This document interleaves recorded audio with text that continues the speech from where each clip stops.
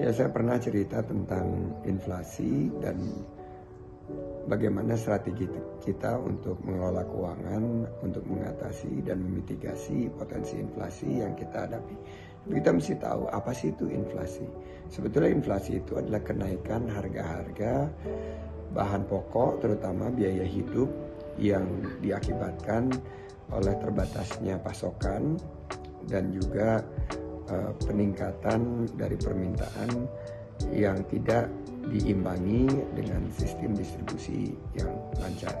Nah, ini mengakibatkan harga cabai misalnya naik dari 100 menjadi 120, terus setelah diolah cabainya menjadi ayam rica-rica, ayam geprek yang tadinya 1.500 menjadi 2.000, dicampur lagi dengan kenaikan harga-harga lainnya, minyak goreng, bawang dan lain sebagainya. Tiba-tiba barang-barang yang tadinya dijual hanya 10.000 naik menjadi 12.500. Iya kalau belinya satu, tapi kalau belinya 10 kan berarti pertambahannya luar biasa untuk masyarakat. Akhirnya inflasi ini menghantam daya beli masyarakat. Nah, ini saya jelasin. Ekonomi itu berisi dari konsumsi ditambah investasi ditambah ekspor dikurangi impor, dan akhirnya terakhir adalah belanja dari pemerintah. Nah, belanja dari pemerintah ini selalu paling kecil tapi cukup penting untuk melakukan stimulasi. Nah, kalau inflasi terjadi berarti daya beli turun. Nah, daya beli turun berarti konsumsi turun. Nah, kalau konsumsi turun nanti pertumbuhan ekonomi semakin rendah dan akhirnya berdampak terhadap investasi yang turun. Investasi turun, akhirnya lapangan kerja semakin sulit. Kalau lapangan kerja semakin sulit, pendapatan masyarakat juga kurang dan akhirnya terjadilah yang disebut sebagai downward spiral. Ini akan turun terus. Nah, ini harus kita lakukan suatu dobrakan, terobosan agar konsumsinya ini terjaga. Makanya pemerintah meluncurkan bantuan-bantuan langsung kepada masyarakat agar menjaga daya beli dan konsumsinya ini bisa terjaga. Kalau konsumsinya terjaga, investasinya juga akan terus tumbuh dan ekspor kita mudah-mudahan bisa terus sehat, karena kalau ada resesi dunia juga ekspornya pasti akan terkoreksi. Dan impor kita ini harus tidak boleh lebih banyak dari ekspor sehingga mengakibatkan defisit. Nah, ini adalah suatu siklus.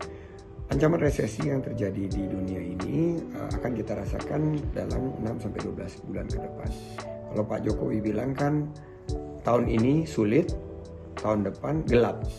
Nah, saya ingin menawarkan satu pemikiran bahwa untuk bagaimana kita mengatasi kegelapan ini, nah kita mesti bawa center. Centernya itu apa?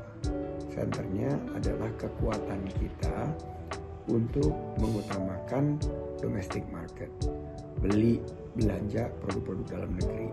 Itu center kita, agar tidak gelap ekonomi kita ke depan. Kedua, berwisata ya di Indonesia aja. Ketiga, kurangi kemiskinan ekstrim dengan menembak langsung program-program kita, bantuan langsung tunai, bantuan langsung BBM itu kepada masyarakat yang membutuhkan. Toh kita juga udah ada datanya. Nah, 3 hal inilah yang disampaikan Pak Presiden. Nah, ini yang perlu kita sampaikan. Ini center yang akan memastikan kita tidak khawatir memasuki gelapnya ekonomi di tahun 2023. 1, belanja produk dalam negeri, gunakan produk-produk dalam negeri. Sebisa mungkin belanja pemerintah itu diarahkan kepada UMKM.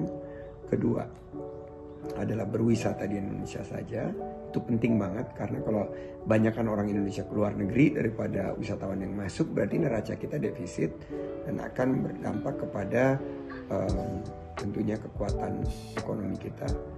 Dan ketiga adalah kurangi kemiskinan ekstrim melalui data yang sudah dikumpulkan dan memberikan prioritas program-program bantuan itu tepat sasaran, tepat manfaat, dan tepat waktu kepada masyarakat yang membutuhkan, yaitu yang ada di dalam golongan ekstrim yang memiliki kemiskinan ekstrim.